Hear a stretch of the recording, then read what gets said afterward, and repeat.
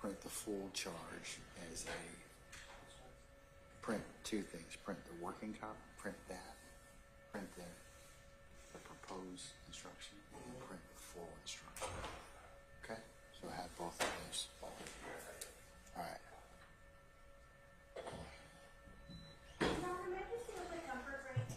If you ask one more time. Yes, madam, we can take a comfort break. All right. Anybody else who's so inclined as well, okay? I'm solo too. Go ahead. Go ahead.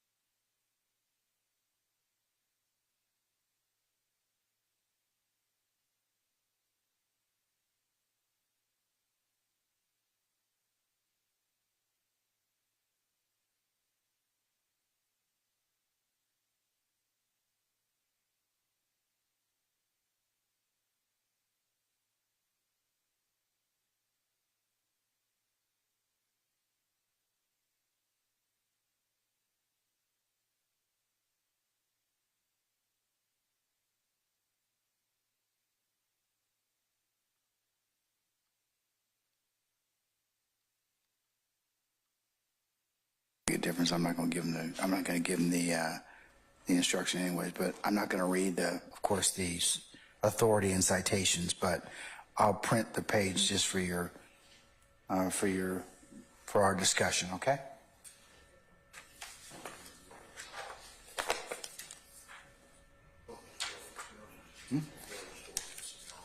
I'm sorry? Yeah, okay, that's fine.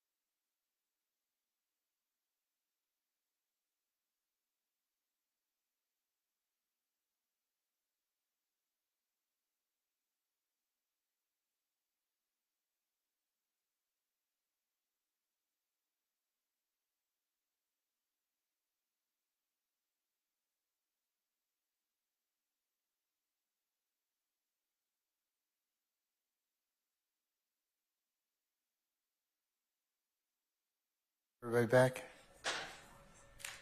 Sergeant Ingram? Yes, sir. All our, Yes, everybody's back. all right, councils, I've handed out what will be the next court exhibit in order. It would be my proposed limiting instruction that I would read to the jury. I'll invite your comments at this point in time. As to additions, deletions, or objections.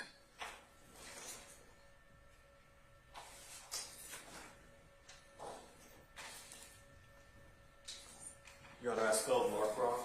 What? Probably been noticed. I want to be the first to copy. Spell, yeah. That was the one thing the state had to point out. Well, I'm not going to give it to him anyway, so we have time to correct it.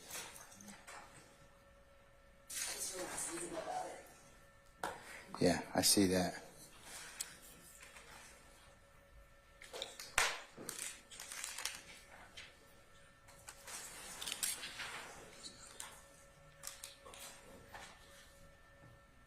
Okay, all right, I shouldn't be much longer anyways. Okay. Okay. Do my best. Okay. All right.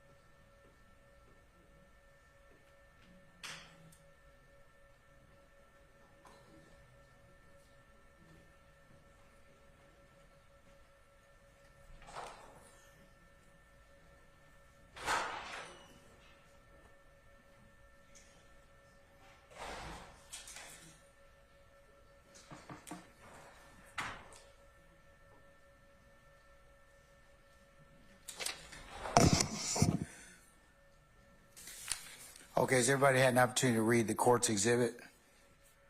All right. Mr. Shart? Your Honor, I've read the exhibit. I've also read the comments to the exhibit, the comments that were attached to what Mr. Uhelski sent, and the comments itself suggests to me pretty clearly that it's better practice, and they say district courts, because this comes from the Ninth Circuit. United States v. Ankrum, ANCHRUM 590 F3rd 795, Ninth Circuit 2009. I see that. It says the court may also consider bifurcating a witness testimony, separating witnesses of perception or factual testimony from the witness's expert opinions. Right, and then later on when they talk about when there's three different types of testimony, 2 paragraphs down, they talk about, and again, as with option 1, the judge also might consider trifurcating the witness's testimony by separating witnesses' fact testimony, expert opinions based on education experience, and lay opinions. And additionally, Your Honor, there's a case from the 7th Circuit, United States v. Jett, and that's 908 Federal 3rd 252 2018 case, and that case indicates, and I'm reading off in division in the background, it says, What's the citation for, is it JETT? yes, Your Honor. What is the citation? It is 908 Federal 3rd 252, and it's a 2018 case out of the 7th Circuit. And 252? yes, and it says that this case offers the opportunity for the courts to clarify this proposition. It says, when a district court learns that the government intends to put on dual role testimony from a case agent, it should first encourage the government to present the expert and lay testimony separately. It says, seamlessly switching back and forth between expert and fact testimony does little to stem the risks associated with dual role witnesses.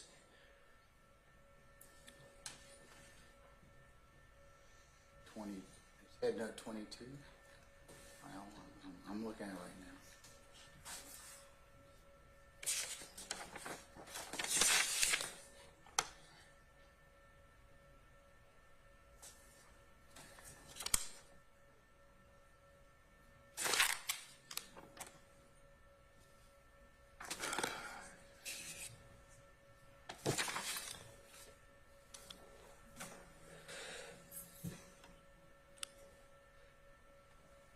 And you're, I know you're reading it, so I'll just. Hold on, I gotta get to that.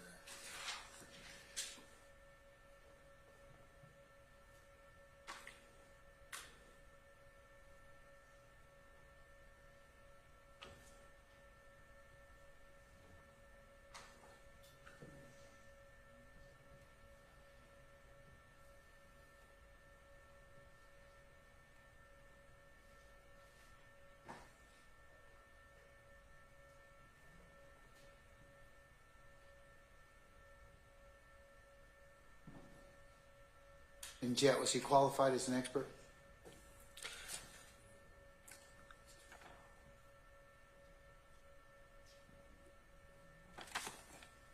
That's the first question. Second question is, the district judge didn't inform the jury, like we're doing in this case, about the differences in the types of testimony. So that was the second issue. I'm going to do that in this case. So. Well, Your Honor, I go back to that same paragraph. It says, indeed, juries may parse. Answer my question first. Answer my 2 questions first. Yes. did Jet involve does the agent qualify as an expert first? And then, I can already tell you, the judge, in this particular situation, the judge did not give a limiting instruction.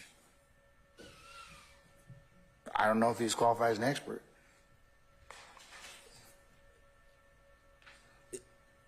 Which is part of the challenge that we've overcome already by qualifying Detective Belknap as an expert. The other things that you've mentioned are certainly some things that the court agrees that you don't want to put too much emphasis, but I agree with all of you that a limiting instruction needs to be given so that the jury can bucketize or figure out how they choose to apply it. Well, Your Honor, it's my understanding and my belief that he did testify as an expert. They say You don't know, though. Well, they say even if Agent Vale's testimony was proper under Rule 702, so But was he qualified as an expert? Because that's the whole thing. If he was not qualified as an expert, that's what a lot of these cases when you have dual purpose, they're not qualified as an expert. They're testifying as an expert, but then under the new standard, that's the whole purpose, is that they used to be able to give, hey, I'm an expert in this particular issue, and I'm a fact witness in this. And as Justice McMillan points out in the Golden Peanut decision, that's part of the challenge. So we've overcome that by qualifying Belknap through Daubert already. That's one issue. Yes. It doesn't resolve everything, okay? But can you tell me with any specificity, since you cited Jet, Yes. whether or not we have an expert, an agent that's been qualified as an expert? Well, Your Honor, the analysis seems to be assuming that he was testifying as an expert because then they're talking about the difficulties in parsing, for jurors to parse when the witness is testifying as a layperson and as an expert and going back and forth. So that seems to be the assumption of the analysis, that he was testifying as an expert. And they're saying even knowing that, even if the person is properly qualified as an expert, it's still very difficult for the jury to put the testimony in those different containers when it's presented to the jury all at once. And that's why it's saying, at least this case and the comment that was provided by the state suggests that the testimony should be bifurcated or trifurcated and cleanly separated. And I would suggest, Your Honor, that's to not run afoul of the comment and also the authority in this case. The state needs to clearly delineate between the types of testimony and not present them as interconnected and interspersed, but do one, then the other. And that seems to be exactly what this analysis is referring to. All right, anything else, sir? Because, I mean, clearly, Your Honor, in this case, the Jet case, if the individual is not testifying to firsthand knowledge, he would be testifying as an expert, because otherwise it would be hearsay. Well, he's testifying to facts and opinions. Right, but I mean, if he's testifying to opinions, he's testifying as an expert, as I understand it. Yes. So I guess the answer would be yes, he was. Did he go through the Daubert qualifications? I would think so, but to me, that doesn't necessarily change the analysis. Anything else, sir?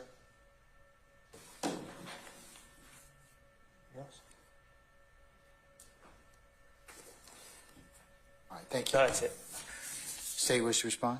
Your Honor, I'm going to just point out from, if I may, Yes, Mr. Helsey. Ms. Hilton on the details of this, but in looking at JET, it says, if Pit Site 270 says, the procedures for properly admitting dual role testimony were not followed in this case, and then the instruction that they do refer to is from another case, I guess Garrett. That's all at Pin Site 270. And all the concerns that Mr. Shard has voiced are consistent with the pattern instructions that the state has proposed, and I'll let Ms. Hilton follow up on that. All Hey, right. Your Honor, I was just going to say, also looking in the comment section, the comment section also cites to United States versus Ankrum, ANCHRUM. That was one Mr. Sharp just cited. Oh, I thought you started Jet, but He started Ankrum before Ankrum. then. Yes. and in Ankrum, the holding that the district court avoided blurring the distinction between the case agent's distinct role as a late witness and his role as an expert witness when it clearly separated the agent's testimony to a first phase consisting of his percipient observations and a second phase consisting of his credentials in the field of drug trafficking and expert testimony regarding the modus operandi of drug traffickers. Your Honor, I believe earlier that's what the state alluded to, Your Honor, is that it is the state's intention to have a phase 1 and a phase 2, and I believe I used those terms precisely, that phase 1 will be solely fact testimony, and then phase 2 will be expert testimony. And I said, even to make that distinction even clearer, the court could take a break between phase 1 and phase 2, because I believe that it will be a clear demarcation between phase 1 and phase 2. All right. And the state could let the court know when we conclude phase 1 and we're transitioning into phase 2, which the state intends to do and intended to do, based on reading these cases prior to this hearing this afternoon. Okay, Your Honor, if that's the state's intention, I don't think that intention clearly made it to that side of the courtroom, and I'm not blaming the state, but that's our concern. So if the state plans to clearly delineate between the two and bifurcate or trifurcate, I think that would be following the rules of those cases that All right. I just presented. Okay, thank you, sir. Anyone else wish to be heard on the issue of the limiting instruction before Detective Belknap? Okay. All right. That'll be the limiting instruction I give tomorrow before he testifies, okay? When we have our jurors. All right, with that, ladies and gentlemen, any other ministerial inquiry of me? Okay, so just for tomorrow morning, you all report for 09, courtroom 1C. Have a chat with Detective Belknap. I will be available. I will be in chambers, and I've instructed our jurors that they will report for 10:30. I'll come out probably about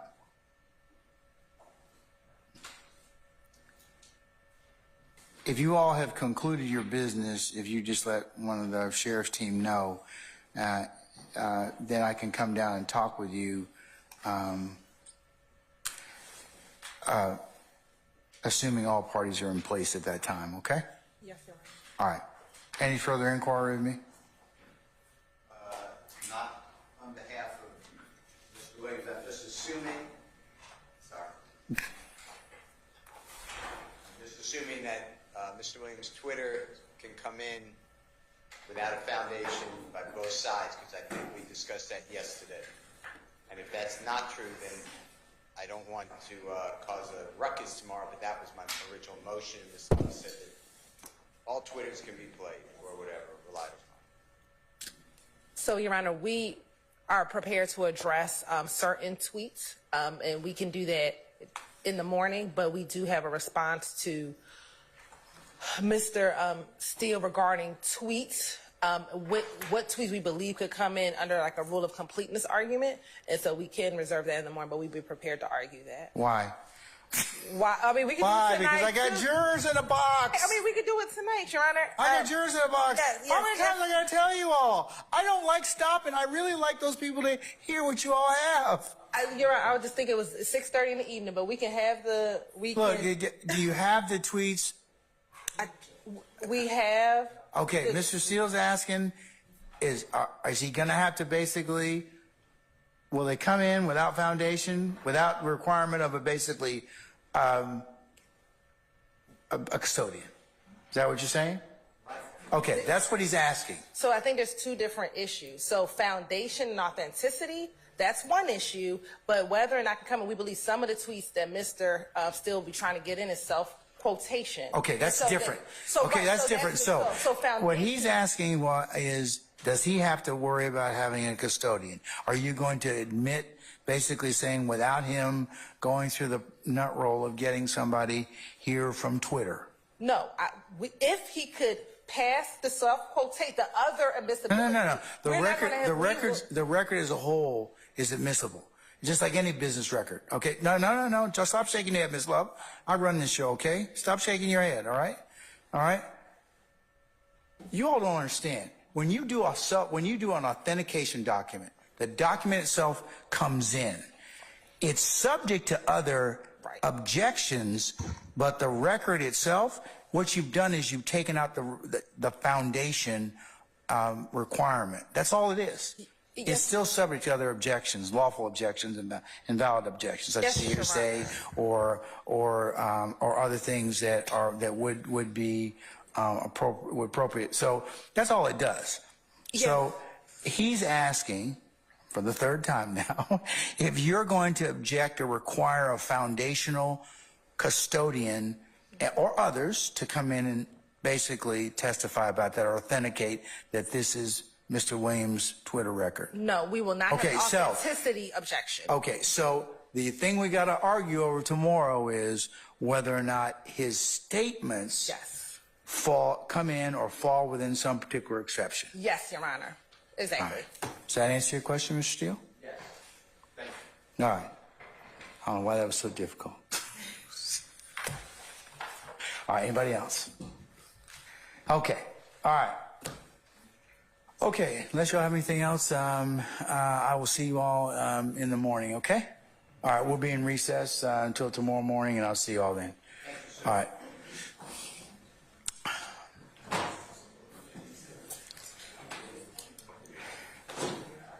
Miss Weaver.